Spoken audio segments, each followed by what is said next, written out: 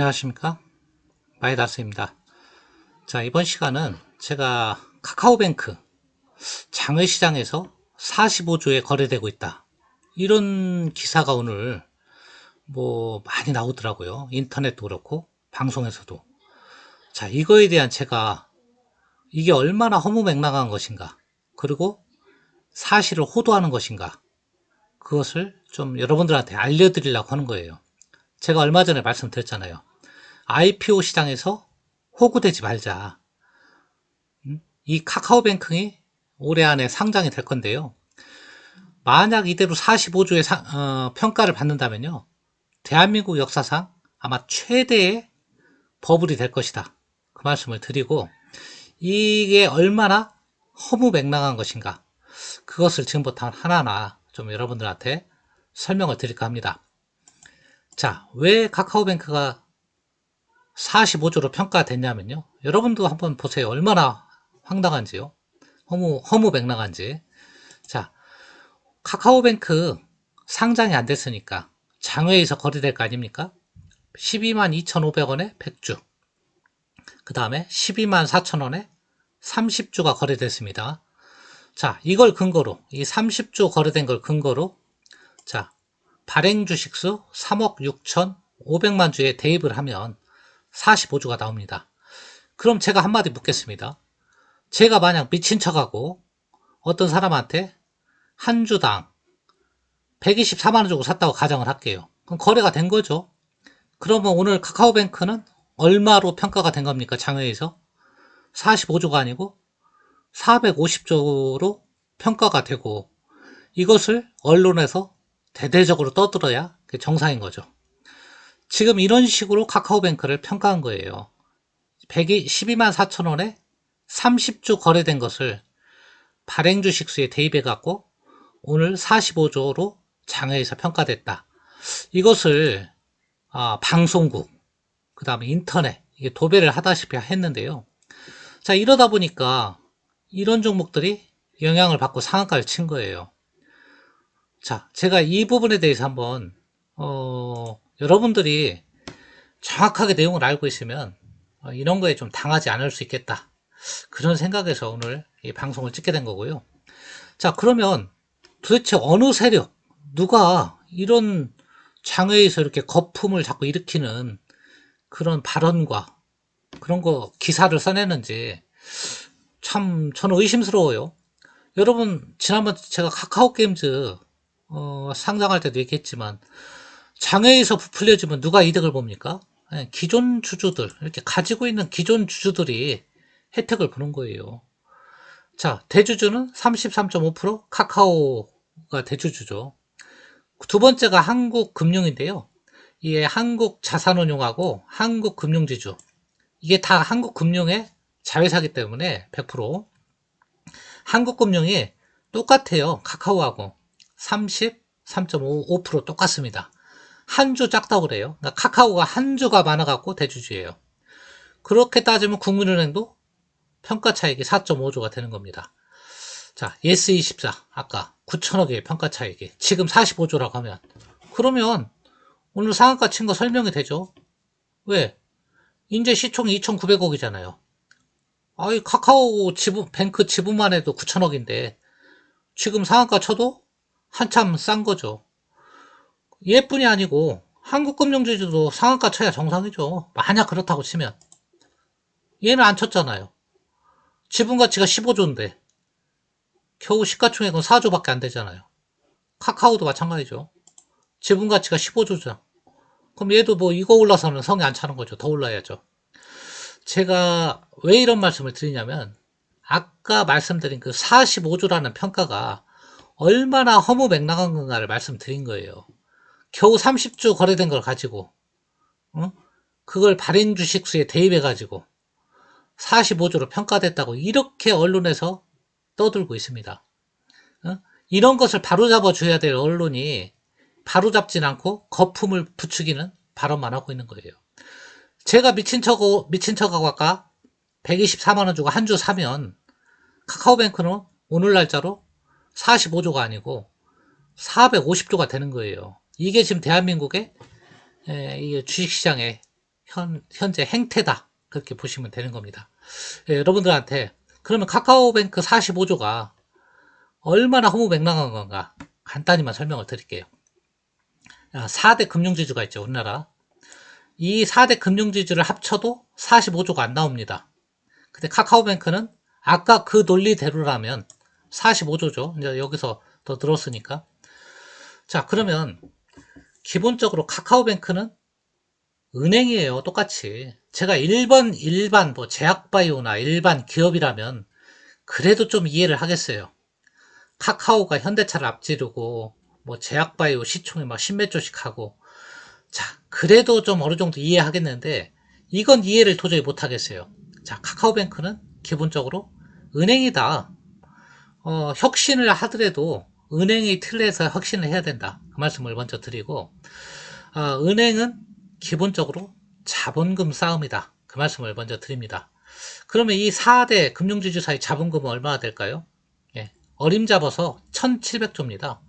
뭐 KB 한 570, 신한도 570, 뭐 하나, 우리금융 뭐 한 300조씩만 잡아도 1700에서 1800조. 카카오뱅크는 얼마나 될까요? 20조 조금 넘는 걸로 알고 있습니다. 100배 가까이 차이 나죠. 그런데 시총은 더 크다. 영업이익 보세요. 5조가 넘죠. 상반기만. 얘는 450억 났죠. 100배가 넘게 차이 나죠. 그러면 100배나 작은 회사가 100배나 큰 회사의 시총을 앞선 거예요. 뭐 테슬라도 있고 하니까 10분 이해한다 쳐도, 자, 얘는 은행이라는 신분을 잊어서는 안 된다는 거예요. 자, 은행은 우리나라에서 가장 규제가 센 분야입니다. 대주주도 마음대로 할 수 있는 게 별로 없어요. 그리고 대표이사도 함부로 못 세웁니다. 금융위 허가 맡아야 됩니다. 그만큼 규제가 심한 거고요. 그 다음에 은행은 혁신이고 뭐고를 따라서 수익 구조가 정해져 있어요.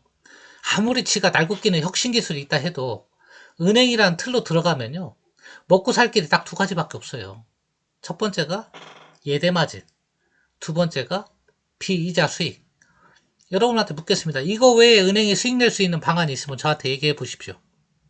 은행은 이 두 가지 갖고 먹고 사는 거예요. 현행법의 테두리 내에서.